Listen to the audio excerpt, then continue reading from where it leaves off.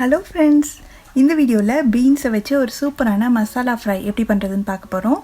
இது வந்து ரசம், பருப்பு சாதம், சாம்பார் சாதம், தயிர் சாதத்துக்கெலாம் சைட் டிஷ்ஷாக வச்சுக்கிறதுக்கு ரொம்ப நல்லாயிருக்கும். வீடியோக்குள்ளே போகிறதுக்கு முன்னாடி நம்ம சேனலை இது வரைக்கும் சப்ஸ்கிரைப் பண்ணாதவங்க இப்போ சப்ஸ்கிரைப் பண்ணிவிட்டு பக்கத்தில் உள்ள பெல் பட்டனையும் கிளிக் பண்ணிக்கோங்க. முதல்ல ஒரு மிக்ஸி ஜாரில் 2 பச்சை மிளகாய், 2 பெரிய பல் பூண்டு, 1/4 டீஸ்பூன் அளவுக்கு சீரகம், இதை வந்து நல்லா கொரப்பாக அரைச்சி எடுத்துகிட்டு வந்துடலாம். அடுத்து ஒரு பேனை சூடு பண்ணி அதில் 1 டேபிள் ஸ்பூன் அளவுக்கு எண்ணெய் சேர்த்துக்கலாம்.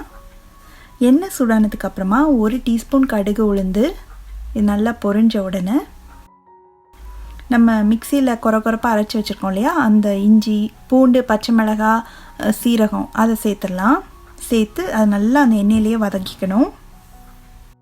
அடுத்து கொஞ்சமாக கறிவேப்பிலை, ஒரு பெரிய வெங்காயத்தை பொடியாக வெட்டி சேர்த்துக்கலாம். இந்த வெங்காயம் நல்லா வதங்குற வரைக்கும் இருக்கட்டும்.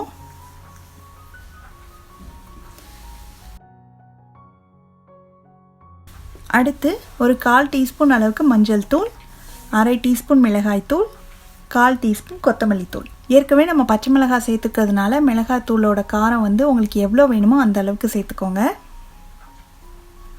இப்போது இந்த மசாலாவோட பச்சை வாசனை போகிற வரைக்கும் 1 நிமிஷம் நல்லா வதக்கி விட்டுலாம். அடுத்து பீன்ஸ் சேர்க்கணும். நான் 200 கிராம் பீன்ஸை கழுவி இந்த மாதிரி கொஞ்சம் பெரிய பெரிய துண்டுகளாக வெட்டி வச்சுருக்கேன்.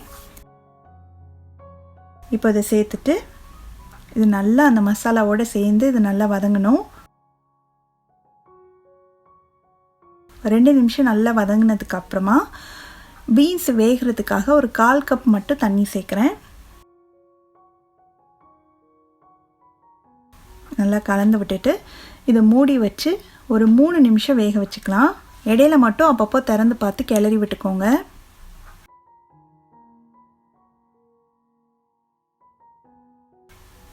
இப்போ பீன்ஸ் வந்து ஒரு பாதி அளவுக்கு வெந்திருக்கு. இந்த ஸ்டேஜில் இதுக்கு தேவையான அளவு உப்பு சேர்த்துடலாம். நல்லா கலந்து விட்டுட்டு மறுபடியும் மூடி வச்சு மிதமான தீயில் ஒரு 3 நிமிஷம் இருக்கட்டும். பீன்ஸ் வந்து ரொம்ப மசிஞ்சு சாஃப்டாகிற வரைக்கும் வேக வைக்கக்கூடாது. கொஞ்சம் க்ரன்ச்சியாக இருந்ததுன்னா அதோட டேஸ்ட்டே ரொம்ப நல்லாயிருக்கும். அந்த அளவுக்கு வேக வச்சிங்கன்னா சாப்பிட்றதுக்கு ரொம்ப நல்லாயிருக்கும். இப்போது ஒரு 3 நிமிஷம் ஆயிடுச்சு. திறந்து பார்க்கலாம். நம்ம சேர்த்த தண்ணியெல்லாம் வற்றி மசாலாவோட பீன்ஸ் வந்து நல்லா சேர்ந்து ஒன்றா வெந்து வந்துருச்சு. கரெக்டான அளவு வெந்திருக்கு. இப்போ வந்து நம்ம கடைசியில் ஒரு 2 டேபிள் ஸ்பூன் அளவுக்கு தேங்காய் துருவலும் கொஞ்சமாக பொடியாக நறுக்குன்னு கொத்தமல்லி இலையும் சேர்த்துட்டு நல்லா கலந்து விட்டு ஸ்டவ் ஆஃப் பண்ணிடலாம்.